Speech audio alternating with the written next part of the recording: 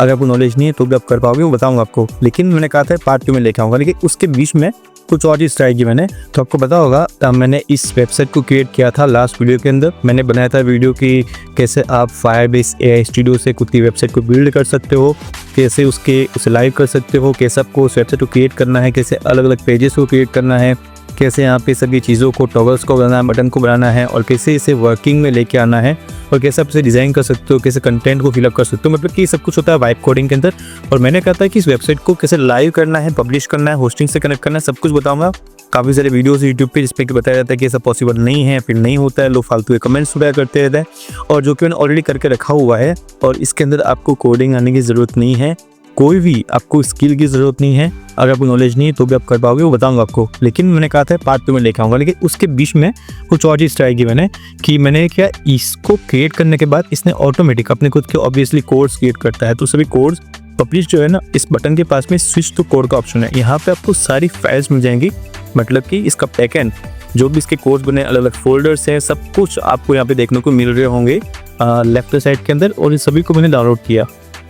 फिर मैंने ट्राई किया कि क्यों ना इससे हम एक खुद की वेबसाइट क्रिएट करवाएंगे, चेंजेस करवाएंगे। इस बार हमको कुछ अलग चीज़ कराना है जो कि फायरबेस स्टूडियो नहीं कर पा रहा है। ठीक है, फॉर एग्जांपल मैं बोल रहा हूँ कर पा रहा है, लेकिन अगर कुछ ऐसी चीज़ हुई जो नहीं कर पा रहा है, मुझे कुछ चेंजेस करने जो यहाँ पे नहीं हो रहे हैं, और मुझे कुछ अलग ट्राई करना है, तो मैं करूँगा उसके लिए।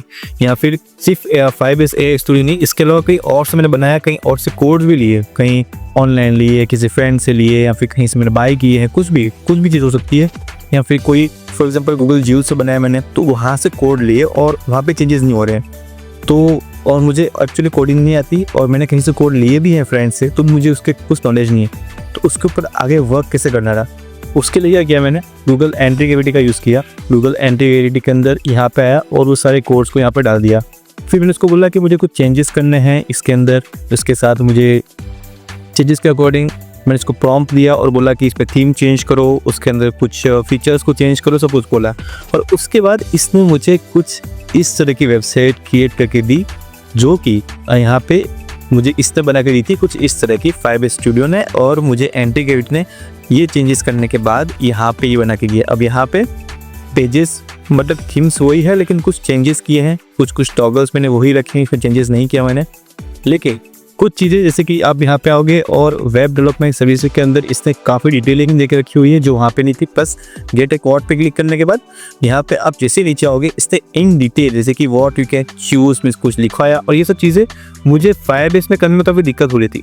ठीक है, तो मेरा कहने का मतलब क्या है कि अगर कोई एक AI टूल से आप बेसिक्स बहुत ही ईजिली क्रिएट हो रहे थे, जैसे कि फायरबेस टूल से, अगर मुझे ये चीज़ एंट्री ग्रेविटी पे करनी थोड़ा ज़्यादा एफर्ट माना है, लेकिन वो बहुत ही ईजी काम पे हुआ फायरबेस स्टूडियो के अंदर।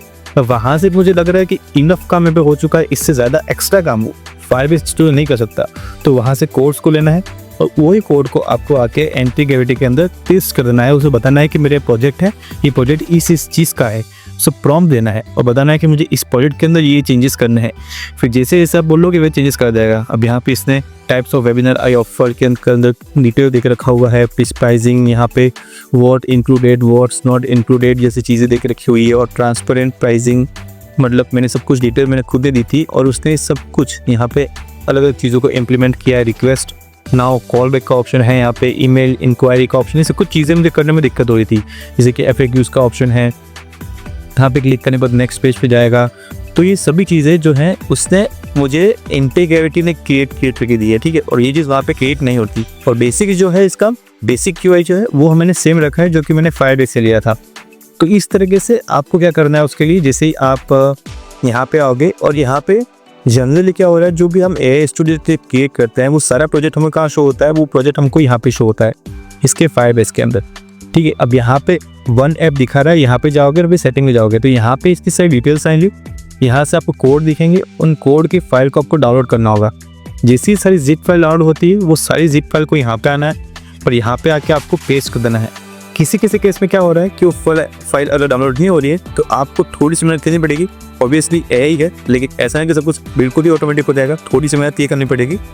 यहाँ पे आना है और यहाँ पे आके 1 by 1 फाइल का नाम देना है, और जो भी यहाँ पे डिटेल्स है, जैसे कि ये फाइल से कुछ भी डिटेल है, इसको यहाँ पे आके कॉपी करना है। ये पेज है, इसके फाइल को कॉपी करना है और ये पैकेज लॉक JSON फाइल यहाँ पे आके लिख देना है और उसके नीचे कोड ऐसे वन बाय वन आपको पेस्ट कर देना है। अगर आप ये नहीं करना चाहते तो आपके लोकली कंप्यूटर के अंदर ही फाइलों को आपको सेव करना है वन बाय वन, और उसका जिप फोल्डर लेके आपको यहाँ पे एंट्री गेडरूम डाल देना है। डालने के बाद प्रॉम्प्ट भी देना है कि ये प्रोजेक्ट किस चीज़ से रिलेटेड है, इसमें क्या क्या फीचर्स हैं और मुझे इसमें क्या चेंजेस करने हैं। चेंजेस कुछ होंगे, उसके बाद ये धीरे धीरे वर्क करना शुरू करेगा।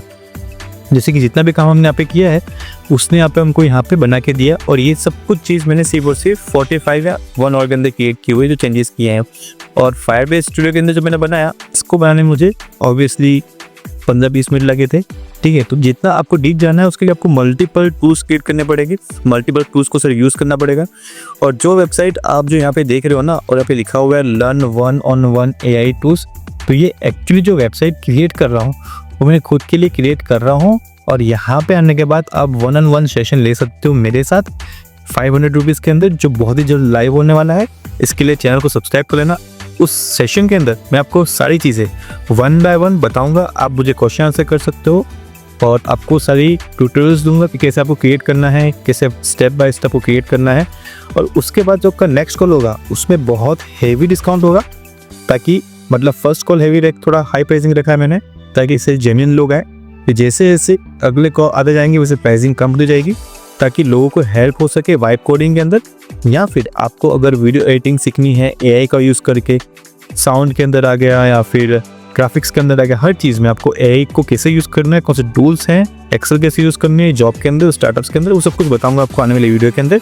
और इस प्रोजेक्ट को लाइव भी जब करूँगा वो लाइव भी आपको बताऊँगा कि मैंने इस प्रोजेक्ट को लाइव किया है। और हाँ, मुझे खुद को भी कोडिंग का कोई नॉलेज नहीं है, होस्टिंग सर्वर कुछ नॉलेज नहीं है, फिर भी हम उसे यूज़ करने वाले हैं और उसको लाइव करेंगे, हमारी वेबसाइट को लाइव करेंगे, आपको प्रूफ दिखाऊंगा उस चीज़ का। इसलिए चैनल को सब्सक्राइब करना, वीडियो को लाइक कर देना। मिलते हैं वीडियो के अंदर। सो बाय।